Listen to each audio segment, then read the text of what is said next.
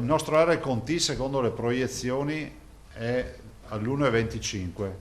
C'è un timido calo, però siamo ancora con un parametro tale per cui si confermano, diciamo, le valutazioni fatte fino ad oggi. Insomma, nessun cambiamento di fascia per quanto riguarda il Veneto, visti i dati da zona rossa, notizia che non sorprende dato l'aumento dei casi negli ultimi giorni. Un altro parametro ci tiene saldamente in zona a rischio. È un campanello d'allarme, un warning, è rappresentato dall'incidenza, perché comunque 245 positivi su 100.000 abitanti, che sono esattamente quelli che noi rintracciamo con lo screening, non sappiamo esattamente quale sia il livello di circolazione del virus in questo momento in Veneto.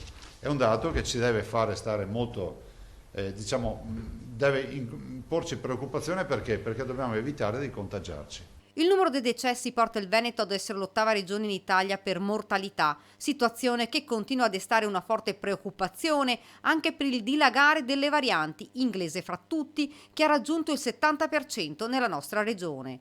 Quella che ci aspetta sarà una Pasqua blindata sulla possibilità di firmare un'ordinanza per vietare gli spostamenti nelle seconde case, Zaia, è chiaro. Stiamo assolutamente valutando questo aspetto, però lo valutiamo soppesandolo 20.000 volte perché per noi sono sacri i nostri ospiti. Il turismo per noi è importante, sarà una decisione da soppesare molto bene, conclude Zaia. Sulle vaccinazioni AstraZeneca ormai tutto è deciso, si riparte nelle varie ULSS in queste e nelle prossime ore. Sulla tipologia del vaccino da scegliere il presidente conclude. La vaccinazione verrà applicata in base all'anamnesi che verrà fatta, nel senso che se una persona è titolata a fare un determinato vaccino lo farà oppure no.